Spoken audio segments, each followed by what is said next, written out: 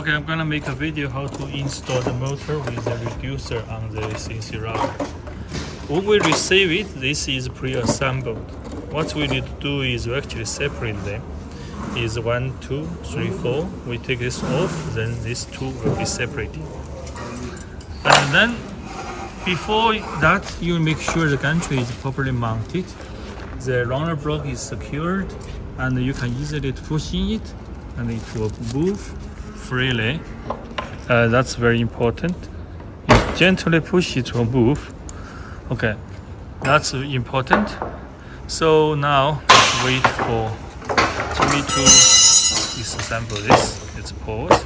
Okay, and also you're gonna find a hole here.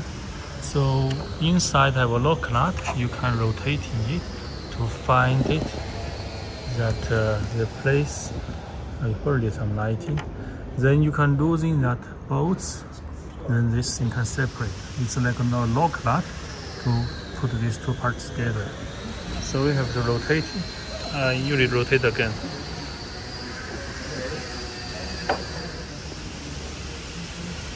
Do you need the lights?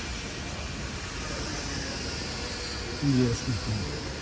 Okay, let me pause this. Okay, while they are busy, we're gonna install on this 4-hole. That's the motor's 4-hole on here.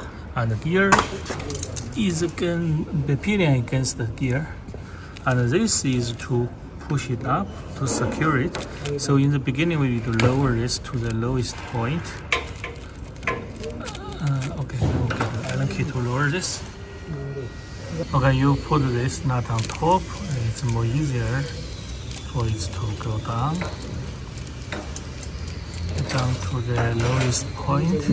So we give the space for the installation.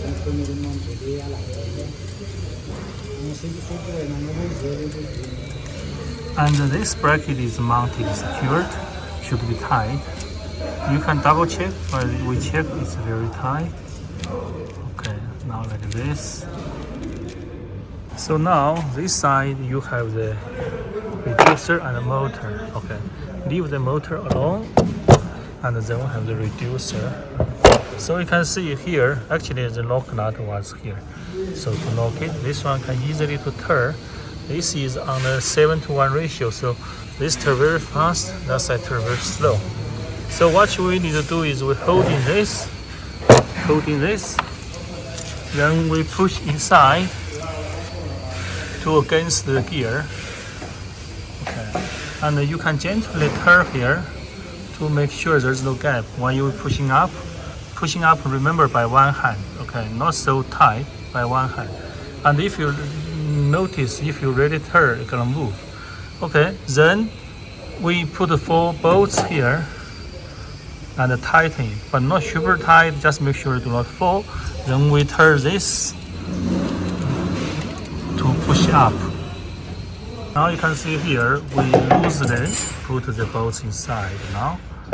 So one hand here to push it up. Yeah, while you can gently turn this here, make sure the teeth is bite nicely. Okay, then you fasten this 4.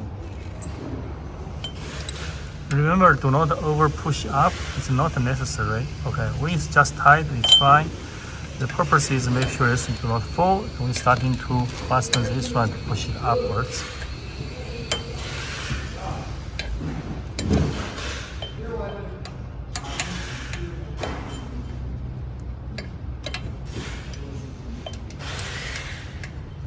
Okay, then we're starting to turn the bottom one.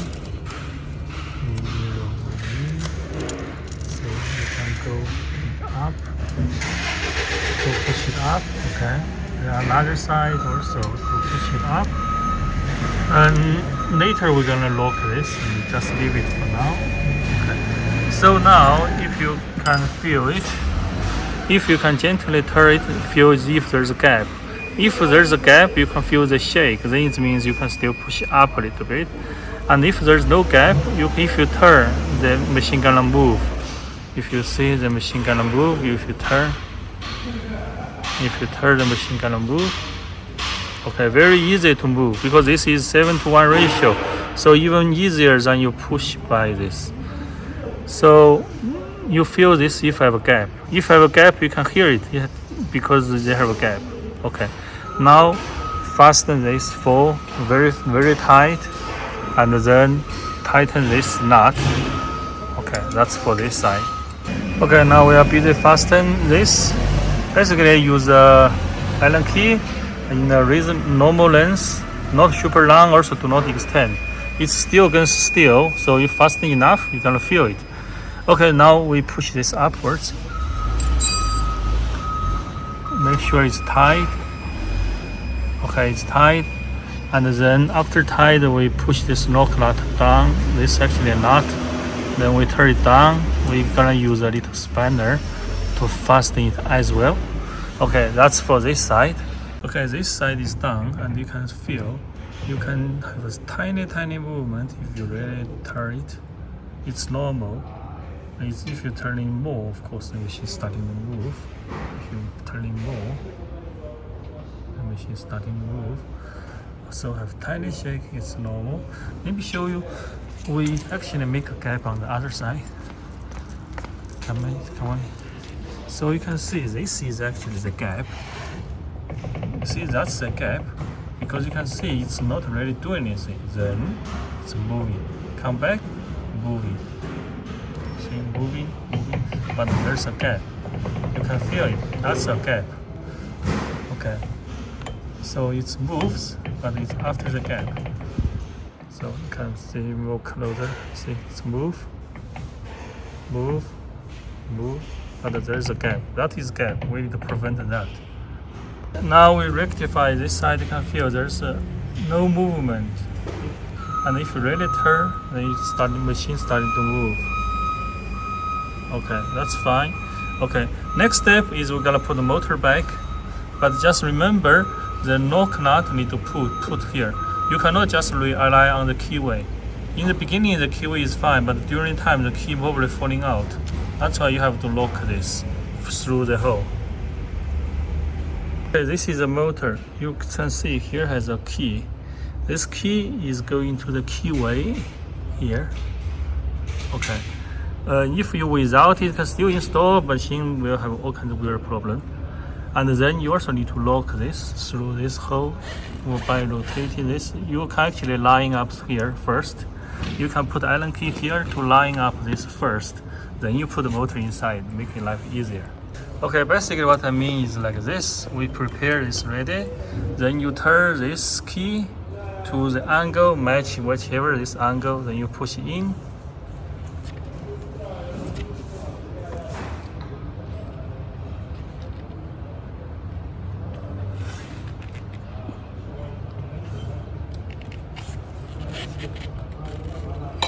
Maybe get locked.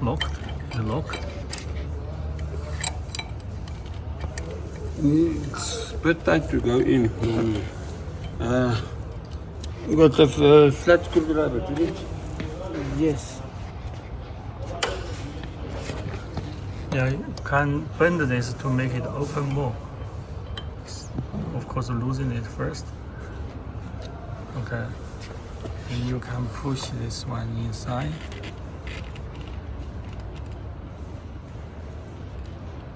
Just line up nice and straight.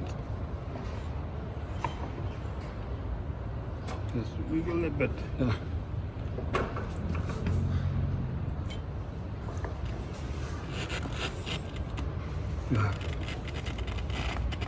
Yeah. I think you are in an angle. Yes, a little bit. Okay, just very careful your finger, do not put in the middle. Okay, then you can decide actually mounting this hole, this facing this side, or actually you can turn facing up.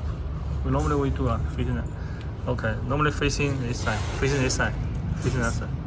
Okay, then you put the bolts back, then you tighten this, then it's done. Okay, of course, then you connect cable, all of those. Then do the same for the same thing for the other side. That's how you install the reducer for the router.